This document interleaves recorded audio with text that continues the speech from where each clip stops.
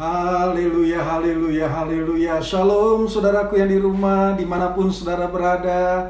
Saya percaya bahwa kita senantiasa ada di dalam berkat-berkat Tuhan. Waktu terus berjalan dengan begitu cepat saudara. Dan kita sekarang ada di bulan Juni tahun 2020. Dan Tuhan senantiasa tuntun kita. Dan kebaikannya terus menyertai kita. Yang percaya akan kebaikan Tuhan katakan amin. Puji Tuhan.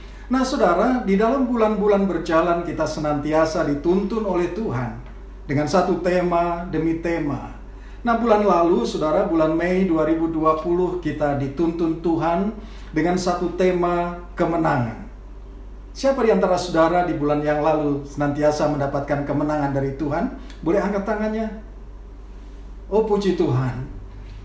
Yang angkat tangan lebih lagi diberkati oleh Tuhan. Nah saudara, di bulan Juni ini tahun 2020 Gereja Betel Indonesia semua mendapatkan satu tema tentang keluarga, yaitu bulan Juni adalah bulan keluarga. Dan saya percaya kebaikan Tuhan senantiasa terjadi dan diberikan kepada setiap keluarga-keluarga hari-hari ini. Yang percaya bahwa setiap keluarga-keluarga diberkati oleh Tuhan katakan amin. Puji Tuhan. Nah, kalau ada di antara saudara di rumah saat ini beribadah bersama-sama dengan istri, katakan kepada istrimu saat ini, Tuhan baik bagimu. Puji Tuhan. Sebaliknya juga begitu, saudara. Istri juga katakan kepada suami, Tuhan baik bagimu. Oh, haleluya, haleluya. Ucapkan syukur, saudara. Nah, saudaraku yang dikasihi Tuhan, saya percaya bahwa hari-hari ini Tuhan sedang terus bekerja untuk setiap keluarga demi keluarga. Karena hati Tuhan rindu untuk setiap keluarga diberkati. Nah, sebelum kita mengawali firman Tuhan, mendengar firman Tuhan, belajar firman Tuhan hari ini, saudara, saya akan menyampaikan satu pertanyaan kepada saudara. Kira-kira di dalam Alkitab, kapan pertama kali kata diberkati itu diucapkan atau tertulis di dalam Alkitab? Ada yang tahu? Jadi kapan yang pertama kali kata diberkati itu tertulis di dalam Alkitab? Oh ya, puji Tuhan. Ada di dalam Kejadian pasal yang pertama ayat 28. Ya, di sana dikatakan saudara, Allah memberkati mereka. Dan ini kata diberkati, memberkati pertama kali tertulis di dalam Alkitab. Oh, sungguh dahsyat. Jadi di dalam pernikahan Allah Tuhan itu memberikan berkat bagi keluarga-keluarga. Untuk apa, saudara? Dikatakan di sana Allah memberkati mereka, lalu Allah berfirman kepada mereka, beranak cuculah dan bertambah banyak, penuhilah bumi dan taklukkanlah itu, berkuasalah atas ikan-ikan di laut dan burung-burung di udara dan atas segala binatang yang merayap di bumi. Perhatikan saudaraku yang dikasihi Tuhan, Tuhan sedang bekerja untuk setiap keluarga demi keluarga. Tuhan rindu untuk setiap keluarga diberkati oleh Tuhan.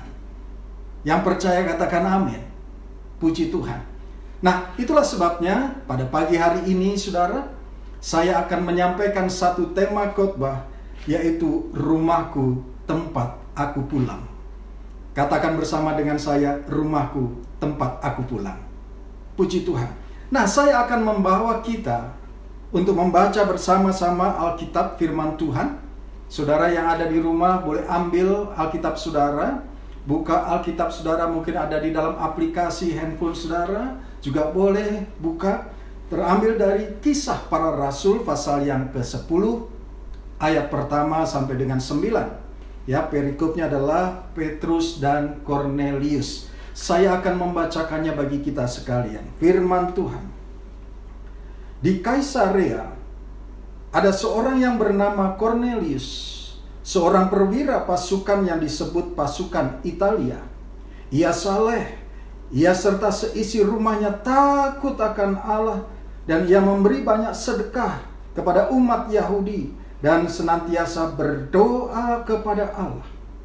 Dalam suatu penglihatan kira-kira jam 3 petang, jelas tampak kepadanya seorang malaikat Allah masuk ke rumahnya dan berkata kepadanya, Kornelius. Oh, ini luar biasa saudaraku. Jam 3 petang, malaikat Tuhan datang ke dalam rumah Kornelius dan menyapa Kornelius. Pertanyaannya saudara, ketika jam 3 petang di rumah saudara, siapa yang datang di rumah saudara? Kita lanjut di ayat yang keempat. Ia menatap malaikat itu dan dengan takut ia berkata, "Ada apa Tuhan?" Jawab malaikat itu, "Semua doamu dan sedekahmu telah naik ke hadirat Allah, dan Allah mengingat engkau. Dan sekarang suruhlah beberapa orang ke Yope untuk menjemput seorang yang bernama Simon dan yang disebut Petrus. Ia menumpang di rumah seorang penyamak kulit yang bernama Simon yang tinggal di tepi laut."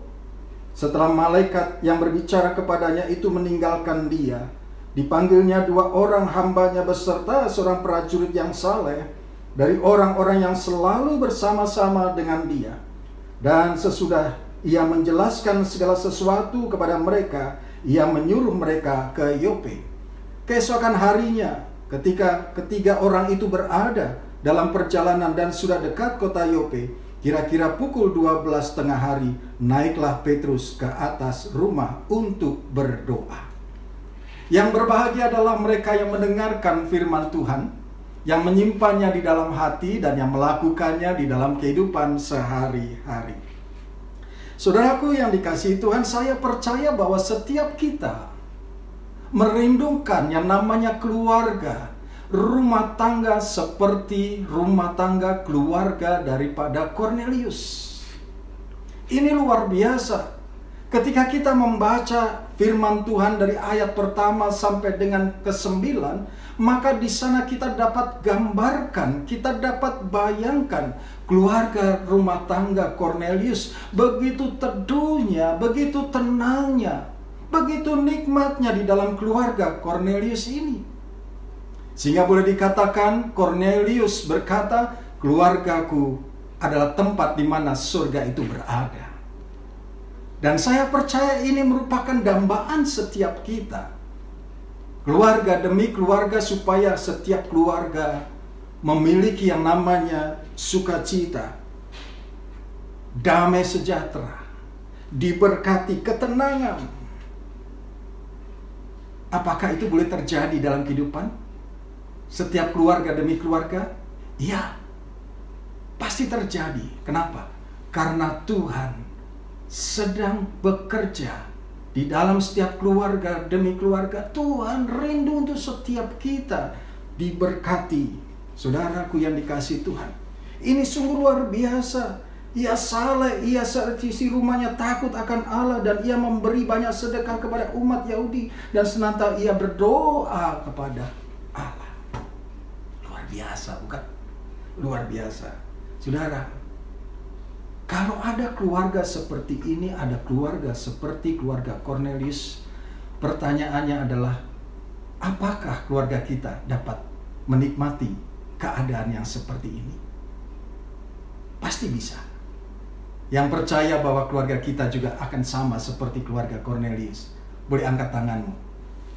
Oh puji Tuhan, yang angkat tangan pasti diberkati Tuhan. Keluargamu pasti dipulihkan. Ini sungguh luar biasa.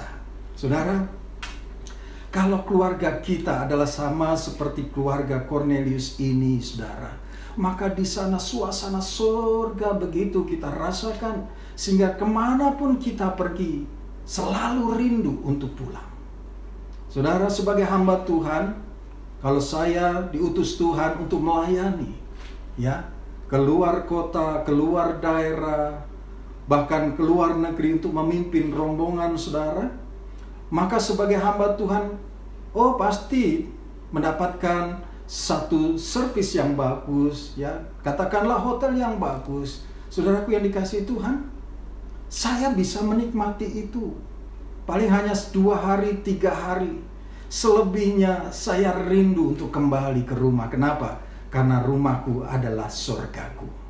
Sekalipun di hotel fasilitasnya mewah, makanannya enak, saudara, dibanding di rumah sendiri, jauh, tetapi berbeda suasananya. Jadi keluarga, rumah tangga yang serasa di surga, itu bukan berbicara tentang bangunannya, tapi berbicara tentang suasana di dalam keluarga rumah tangga. Itu mungkin sederhana rumahnya, mungkin keadaannya sederhana, tetapi ketika ada kasih Tuhan di dalamnya, maka keluarga itu akan menikmati yang namanya kerajaan surga. Nah, saudaraku yang dikasihi Tuhan, pagi hari ini kita akan belajar dari keluarga rumah tangga Cornelius. Kenapa? Karena ini keteladanan yang bisa kita lakukan, dan itu pasti terjadi di dalam keluarga rumah tangga kita. Pertanyaannya, saudara, pagi hari ini apa saja prinsip-prinsip yang kita pelajari dari kehidupan Cornelius? Yang pertama, saudara, Cornelius melayani sesuai dengan karunia. Saudara, satu alasan mengapa pelayanan itu bisa begitu tajam dan efektif, oleh karena kita lakukan sesuai dengan karunia Tuhan. Ya, saya percaya setiap kita memiliki karunia daripada Tuhan. Ya, dikatakan ada hamba-hamba yang memiliki 1 talenta, 2 talenta, 5 talenta, saudara. Dan ini Tuhan berikan untuk saudara dan saya. Masing-masing saya percaya ada talenta-talenta yang Tuhan berikan.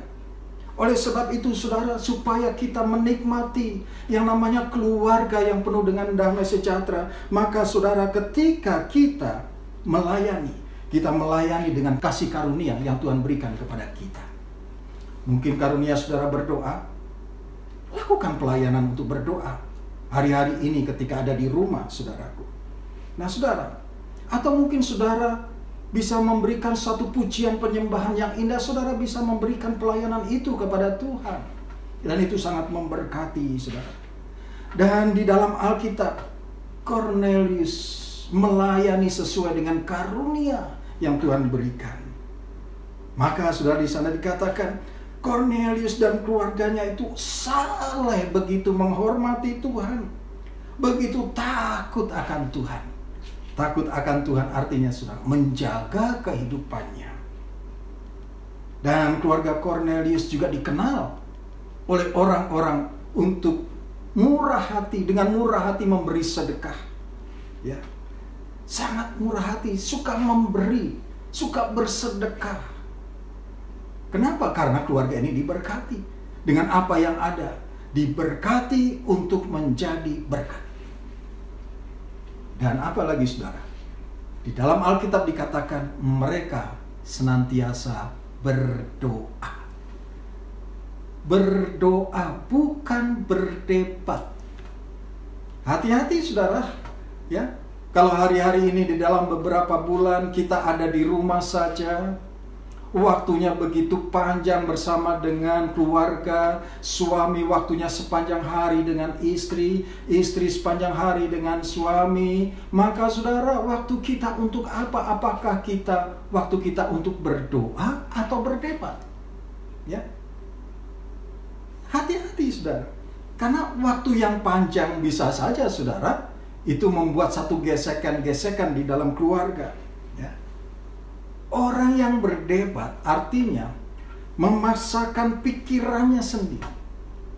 Orang yang berdebat itu sedang memaksakan pikirannya untuk diterima oleh orang lain. Memaksakan pikirannya. Nah, kalau ini terjadi, maka apa yang terjadi, saudara? Perdebatan. Dan perdebatan ini seperti suara hakim, saudara. Ya. Tidak bisa dibantah. Maka terjadi terus berdebat satu dengan yang lain, berargumentasi, maka tidak ada kedamaian, saudaraku. Perdebatan itu adalah racun komunikasi. Keluarga, rumah tangga, khususnya suami dan istri, bangun komunikasi dengan baik. Ya. Jangan ada perdebatan, karena perdebatan itu adalah racun komunikasi, saudara. Nah, saudaraku yang dikasihi Tuhan, beberapa waktu yang lalu saya mengikuti satu workshop dari satu kementerian. Dan di dalam workshop itu dipaparkan ketika hari-hari ini, ketika pandemi COVID-19 sedang terjadi, ternyata kekerasan rumah tangga meningkat trennya. Perceraian meningkat trennya. Kekerasan terhadap anak meningkat trennya. Wow, saudara, kami berpikir apakah karena pandemi ini maka angka-angka ini menjadi begitu meningkat? Karena akibat pandemi ini di rumah terus-menerus, maka stres begitu meningkat tajam. Tetapi saya mau katakan pagi hari ini, saudaraku yang dikasihi Tuhan, untuk keluarga-keluarga, perbaiki komunikasi.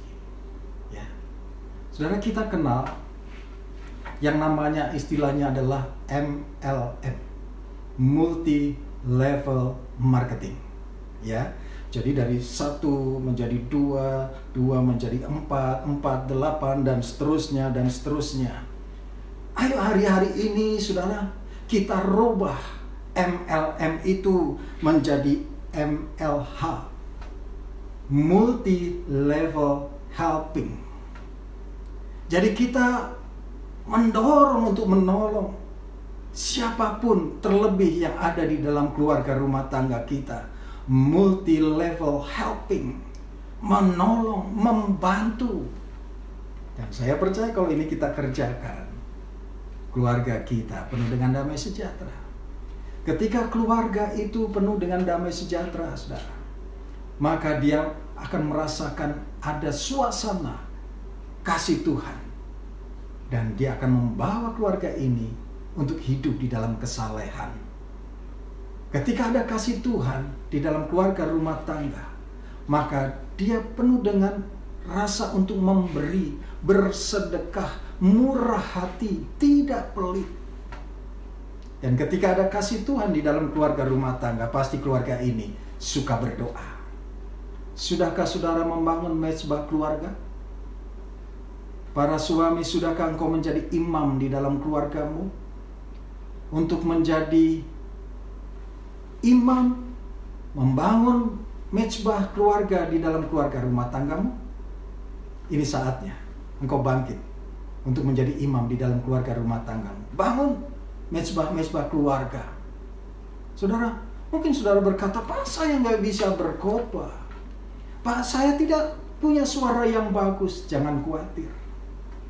Tuhan tidak menilik untuk saudara pandai berkhotbah.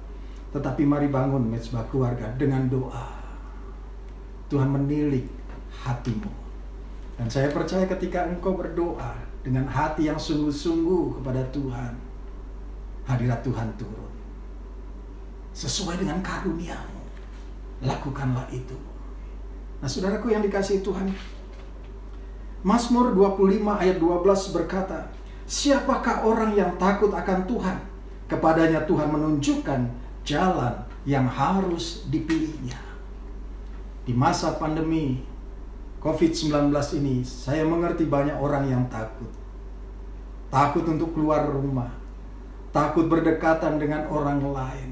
Bahkan gereja-gereja hari-hari ini sekalipun sudah diberikan warning untuk bisa beribadah, dibuka untuk ibadah, tetapi banyak gereja yang mengambil sikap untuk masih berhati-hati. Tetapi mari saudaraku, firman Tuhan katakan, takut akan Tuhan, maka Tuhan akan menunjukkan jalan yang harus dipilihnya. Keluarga-keluarga, mari bangun rasa takut kepada Tuhan.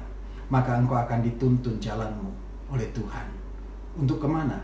Untuk memperoleh damai sejahtera dan sukacita. Yang pertama adalah melayani sesuai dengan karunia yang Tuhan berikan.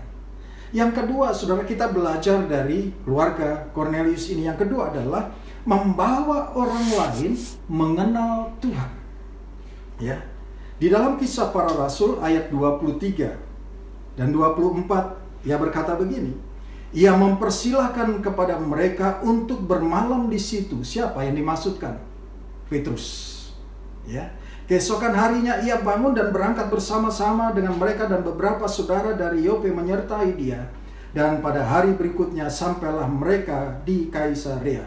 Cornelius sedang menantikan mereka dan ia telah memanggil sanak saudaranya dan sahabat-sahabatnya berkumpul.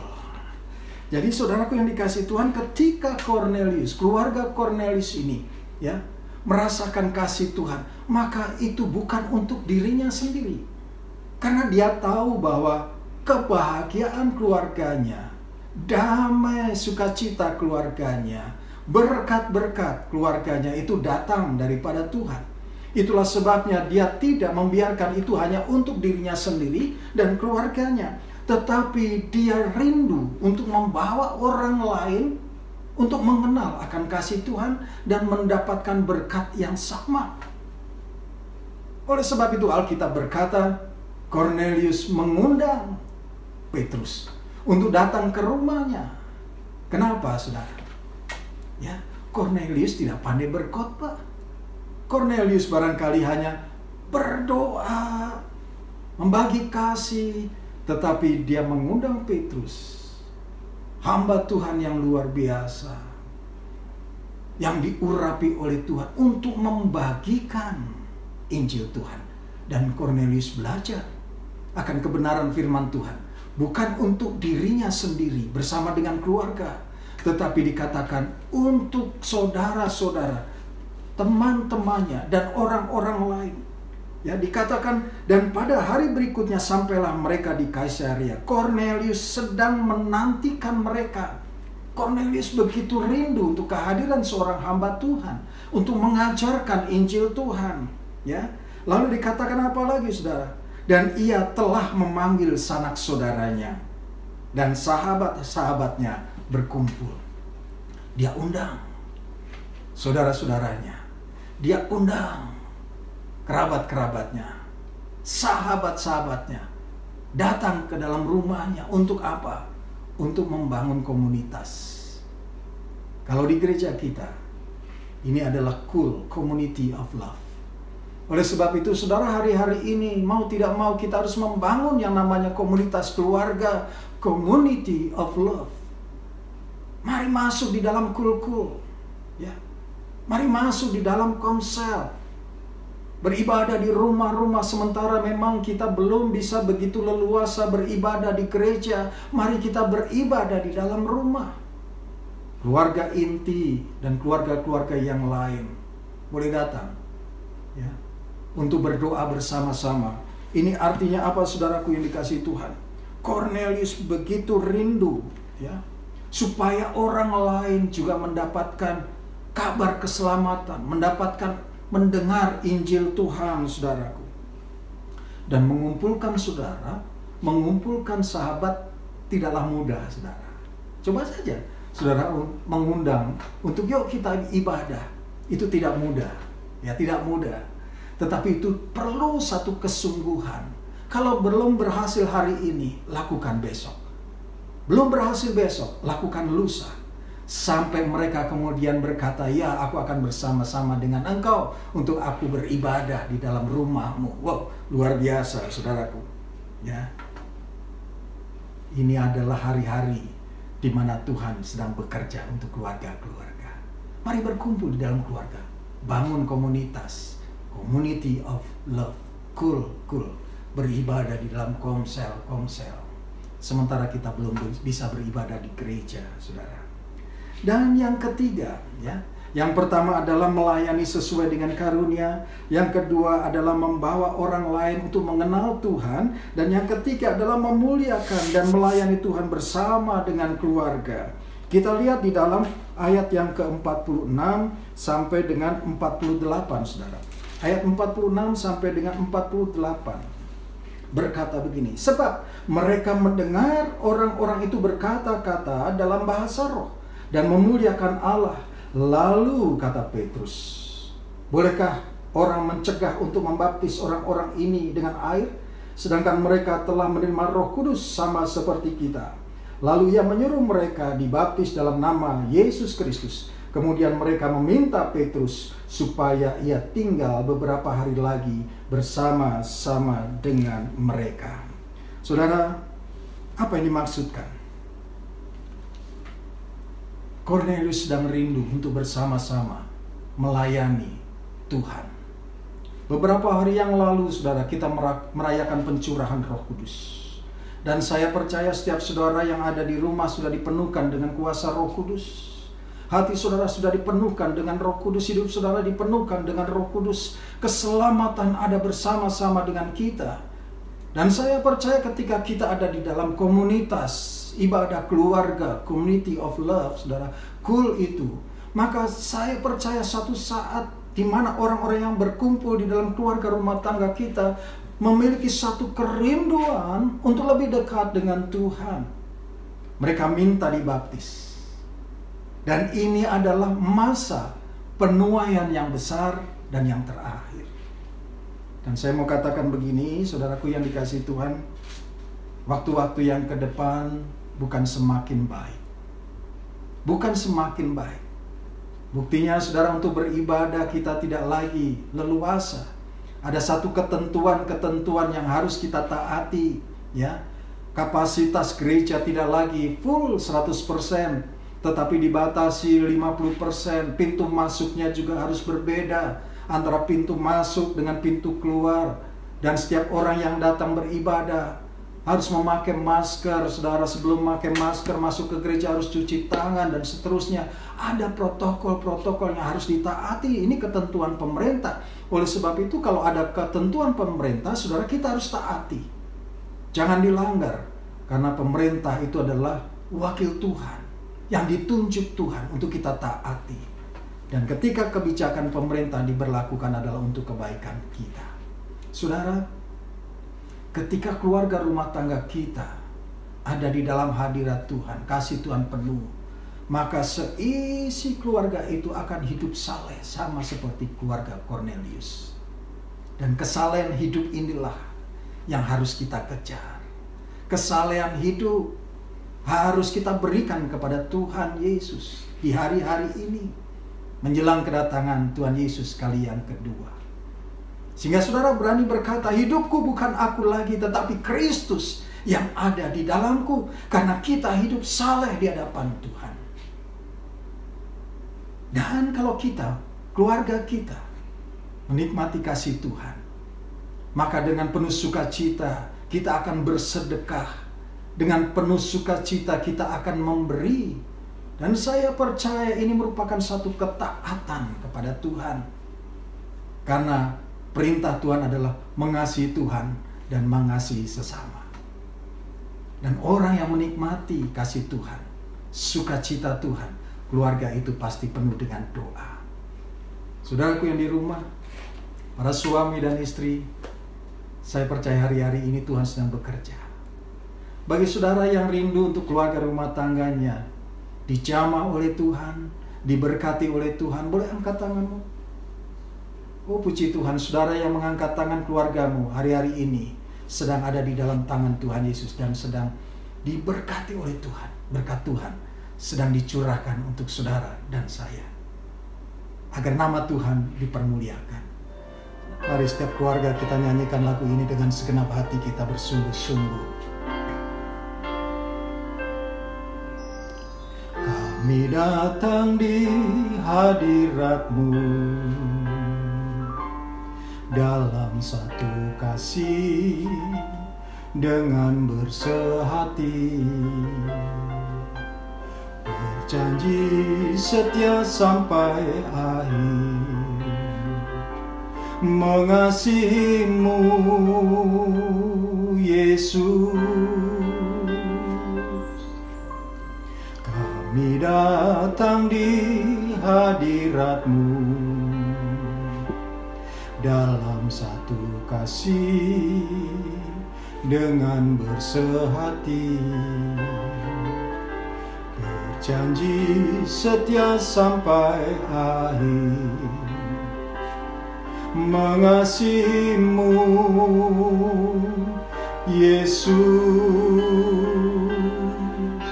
Bersama keluargaku melayani Tuhan, bersatu selamanya mengasihi Engkau. Tiada yang dapat melebihi kasih-Mu ya Tuhan. Bagi kami Kaulah segalanya.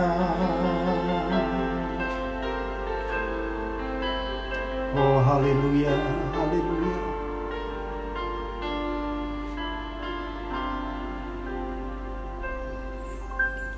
Kami datang di hadirat-Mu dalam satu kasih dengan bersehati, berjanji setia sampai akhir, mengasihi-Mu Yesus. Bersama keluargaku melayani Tuhan, bersatu selamanya mengasihi Engkau. Tiada yang dapat melebihi kasih-Mu ya Tuhan. Bagi kami Kaulah segalanya. Bersama keluargaku melayani Tuhan, bersatu selamanya mengasihi Engkau. Tiada yang dapat melebihi kasih-Mu ya Tuhan. Bagi kami Kaulah segalanya. Bagi kami Kaulah segalanya. Bagi kami Kaulah segalanya.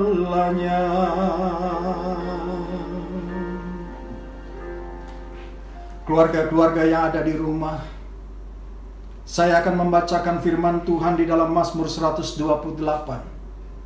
Setiap keluarga-keluarga boleh mengaminkan firman ini. Berkat atas rumah tangga.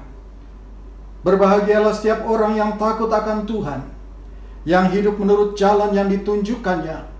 Apabila engkau memakan hasil jerih payah tanganmu, berbahagialah engkau dan baiklah keadaanmu.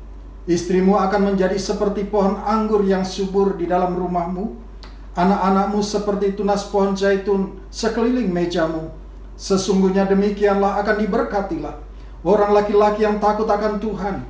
Kiranya Tuhan memberkati engkau dari Sion, supaya engkau melihat kebahagiaan Yerusalem seumur hidupmu, dan melihat anak-anak dari anak-anakmu, damai sejahtera atas Israel. Biar kiranya kebenaran firman Tuhan ini termeterai di dalam kehidupan keluarga rumah tanggamu. Terima dengan iman di dalam nama Tuhan Yesus. Karena hari-hari ini Tuhan sedang bekerja, memulihkan, memberkati setiap keluarga-keluarga untuk kemuliaan Tuhan. Terima kasih Tuhan Yesus, terima kasih. Kami bersyukur kalau kami boleh bersama-sama beribadah bersama dengan keluarga saat pagi, siang hari ini. Dan kami percaya kami menikmati hadirat-Mu, kami menikmati berkat-berkat Tuhan. Saatnya Tuhan, kalau setiap jemaat-jemaat Tuhan, setiap anak-anak-Mu akan memberikan persembahan untuk pelayanan pekerjaan-Mu. Biar kiranya Engkau berkati Tuhan dengan berlipat kali ganda. Tidak akan pernah kekurangan setiap anak-anak-Mu yang memberi dengan penuh sukacita, dengan bersyukur kepada Tuhan. Apa yang dikerjakan oleh anak-Mu dijadikan berhasil. Dan kami percaya apa yang dikerjakannya terus diberkati oleh Tuhan. Mereka tidak akan pernah kekurangan apapun. Bahkan mereka semakin hari semakin diberkati untuk menjadi berkat, sekalipun di masa-masa sulit hari ini. Karena kami percaya Engkau memberikan kreativitas kepada setiap keluarga-keluarga untuk mereka diberkati menjadi berkat. Hamba-Mu meteraikan di dalam nama Bapa, Putra, dan Roh Kudus, yaitu di dalam nama Tuhan Yesus Kristus. Terima kasih Tuhan Yesus, terima kasih. Segala kemuliaan hanya bagi-Mu. Saudara-saudaraku yang dikasihi Tuhan, mari angkat tanganmu yang kudus di hadapan Tuhan. Tengadahkan wajah kita menikmati kasih-Nya. Dan sebelum terima berkat Tuhan, dengarkanlah janji firman-Nya. Diberkatilah setiap orang yang hatinya melekat dan tertuju kepada Tuhan. Diberkatilah keluar masuk rumahnya. Diberkatilah lumbung-lumbungnya penuh berkelimpahan. Diberkatilah buah kandungannya. Dan apa saja yang dilakukannya menjadi berhasil, karena Tuhan Yesus menyertai. Kekasih-kekasih Tuhan, terimalah berkat yang berlimpah-limpah dari Allah Bapa di surga, kasih setia dari anaknya yang tunggal, Tuhan kita Yesus Kristus, kekuatan dan penghiburan dari Allah Roh Kudus menyertai kita, mulai saat ini sampai Maranatha Tuhan Yesus datang, menjemput kita di awan-awan yang permai, bahkan kekal selama-lamanya. Terima kasih Bapa. Bapa, terima kasih. Bapa, terima kasih. Bapa di dalam surga, ku berterima kasih.